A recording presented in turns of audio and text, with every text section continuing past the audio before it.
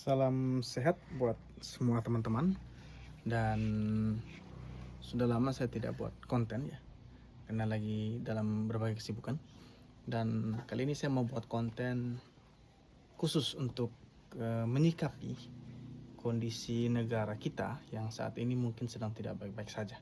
Ya, kalau teman-teman ikuti atau teman-teman dari luar negeri nonton berita gitu ya, kalau yang di Indonesia pasti tahu sih, itu sedang banyaknya demo-demo dan berakhir kepada adanya korban jiwa dan banyaknya perusakan-perusakan fasilitas negara. Dan kita akan sedikit berdiskusi. Saya mengajak teman-teman untuk berdiskusi terkait dengan hal ini ya. Yang pertama terkait demo itu sendiri. Menurut saya demo itu adalah satu hal yang baik, yang positif, dan sebenarnya bahkan harus ada. Karena disitulah kita sebagai rakyat itu menggunakan wewenang kita sebagai puncak tertinggi kekuasaan Indonesia yang adalah negara demokratis untuk menilai kinerja dari pemerintah. Ya, pemerintah itu kan dinilai oleh legislatif. Nah, kita yang menilai legislatif. Sehingga ketika apa yang dilakukan para pemimpin-pemimpin ini ternyata tidak sesuai dengan mandat yang kita berikan kepada mereka saat kita memilih mereka, nah disitulah sebenarnya rakyat punya hak untuk demo. Karena kita sebenarnya demo itu kan sebenarnya untuk menyampaikan aspirasi kita dan apa yang kita harapkan yang ternyata tidak sesuai dengan kenyataan gitu ya. Sehingga itu adalah hal yang baik dan itu adalah hal yang wajib untuk dilakukan. Yang kedua, isi demonya sendiri terkait dengan penurunan atau ada isu-isu yang mengatakan kita mau menghapus DPR gitu ya. Nah, kalau menurut saya sendiri sebenarnya menurut saya kurang setuju sebenarnya dengan menghapus DPR. Karena DPR itu adalah fungsi pengontrol dari eksekutif. Saya kasih contoh, kalau presiden kita kemudian membuat kebijakan yang tidak atau kurang baik, maka disitulah DPR mengontrol dengan memberikan kritikan atau masukan atau berbagai macam cara mereka. Ketika ini dihapuskan, maka eksekutif akan menjadi tidak terkontrol. Dan itu lebih berbahaya. Yang seharusnya kita tuntut adalah untuk pembenahan DPR. Dan saya sempat baca ada story kalau tidak salah tadi di Instagram atau TikTok, saya lupa. Itu ada sekitar 7 atau 8 tuntutan yang diharapkan oleh masyarakat yang harus diselesaikan dalam 7 hari. Teman-teman bisa cari sendiri. Dan saya sangat setuju. Dalam 7 atau 8 poin itu tidak ada soal membubarkan DPR. Yang ada adalah memperbaiki DPR, bagaimana supaya DPR itu menjadi orang-orang yang kompeten, bagaimana supaya mereka bisa dinilai, dievaluasi, dan transparan kepada masyarakat. Itu sebenarnya yang penting. Jadi bukan kita mau menghapus DPR ya, tapi kita mau memperbaiki DPR dan memastikan bahwa orang-orang yang duduk di sana mewakili aspirasi masyarakat itu memang adalah orang-orang yang betul-betul mewakili aspirasi masyarakat, bukan aspirasi partai, bukan aspirasi ketua parpol, atau bukan aspirasi isi dompet mereka sendiri. Seperti itu. Lalu yang berikutnya, terkait cara demo itu sendiri. Nah, menurut saya sangat disayangkan bahwa di dalam demo-demo ini terjadi konflik fisik ya, atau kekerasan baik dari pihak mahasiswa ataupun pendemo maupun juga dari pihak aparat pengaman. Kita lihat adanya anggota ojol yang meninggal tergiling, dan ya saya juga turut berduka cita, dan itu adalah satu hal yang tragis. Tetapi memang ini semua adalah karena demonya sudah terlanjur ada kekerasan ya. Kalau kita lihat di bagian lain story-story yang ada itu memang ada juga banyak anggota-anggota polisi yang terluka dan ada juga yang meninggal gitu kan. Dan mereka ini sebenarnya rakyat juga. Dan ya saya tadi pagi saya membaca kutipan dari salah satu sejawat saya, dokter, yang memberikan sudut pandang yang baru terkait dengan ojol, saudara teman kita ojol yang meninggal itu. Dan dia memberikan gambaran seperti ini. Dalam kondisi itu ada 7 orang polisi di dalam mobil Barakuda itu yang menabrak seorang. Kemudian kalau kita lihat videonya itu, waktu ditabrak itu mobil itu langsung dikepung oleh banyak masyarakat, ratusan mungkin ribuan.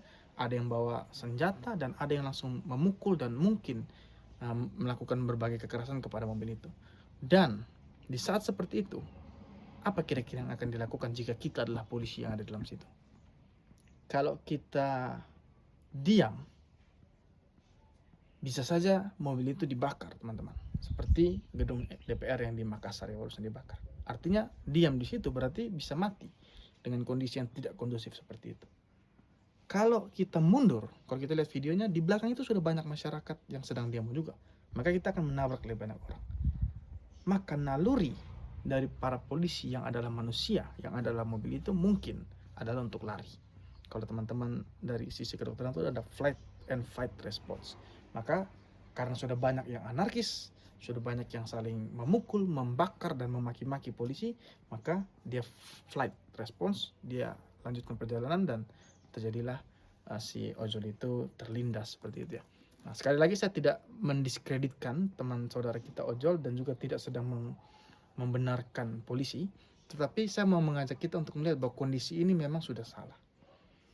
Demo yang sudah ada anarkisnya itu pasti akan memicu para polisi untuk bertindak mengamankan dan akan memaksa adanya konflik fisik antara para pendemo dan aparat. Dan itulah yang akan menyebabkan banyaknya kemudian sampai terjadi ya ada yang meninggal, ada yang luka-luka ya. Nah, saya mau ajak teman-teman untuk para pendemo, saudara-saudara kita yang berjuang di Jakarta, karena saya dari NTT, saya cukup jauh ya. Tetap lanjutkan demo kalian, tetapi dengan cara yang lebih elegan ya. Hati-hati, karena saya mulai melihat di berita-berita itu ada yang mulai menjarah ya. Mereka menjarah toko-toko, ada yang menjarah kursi, ada yang menjarah monitor lah, menjarah berbagai macam barang-barang yang sebenarnya tidak ada kaitan dengan tuntutan demo yang kita mau sampaikan. Nah, lalu apa bedanya kita dengan mereka yang merampas hak masyarakat kalau kita juga menjarah hak orang lain yang mungkin pemilik ruko-ruko yang dijarah itu? Kita menimbulkan luka baru kepada orang-orang yang tidak tahu apa-apa tentang demo yang kita lakukan ini. Bagaimana dengan fasilitas-fasilitas umum yang dirusak? Itu kita harus sadar bahwa kita ini sedang menghadapi kekuatan dari para penguasa, bukan fasilitas umumnya. Kalau teman-teman merusak fasilitas umum seperti halte bus atau kendaraan-kendaraan polisi, kendaraan-kendaraan dinas, kantor yang dibakar itu, yang rugi siapa? Anggota dewan tidak akan merasa rugi, teman-teman. Karena toh mereka nanti tinggal bangun lagi. Bangunnya, pemerintah akan bangun kembali. Bangunnya itu pakai uang rakyat, teman-teman. Sehingga tahun depan, atau 2 tahun depan, 3 tahun depan, anggaran kita akan dipotong lagi untuk memperbaiki fasilitas-fasilitas umum yang kita rusak saat demo. Jadi, ingat bahwa kita melakukan demo kepada anggota dewan, bukan kepada gedung dewan, bukan kepada fasilitas-fasilitas umum. Jadi jangan dirusak, teman-teman. Lakukanlah demo dengan cara yang elegan dan saling menghormati. Ingat bahwa kita semua ingin transformasi sistem. Kita bukan ingin melukai. Jangan sampai ada kekerasan yang disengaja. Jangan sampai ada makian-makian, karena semua kita berharap Indonesia yang lebih baik. Dan saya sangat setuju bahwa DPR harus berbenah, karena sudah sangat banyak, sudah sangat lama juga mungkin kita tertidur dan membiarkan mereka semakin semena-mena. Tapi mereka harus berbenah, tetapi kita juga harus menyampaikan dengan cara yang benar. Jangan sampai kita melukai lebih banyak pihak. Jangan sampai justru kita diubah sasaran kita seakan-akan musuh kita itu polisi. Sasaran kita adalah para penguasa, power dari para penguasa, para pemimpin yang tidak bertanggung jawab, bukan para polisi. Jadi, lanjutkan demo kalian, saya dukung dari jauh, tetapi dengan cara yang lebih elegan. Salam sehat.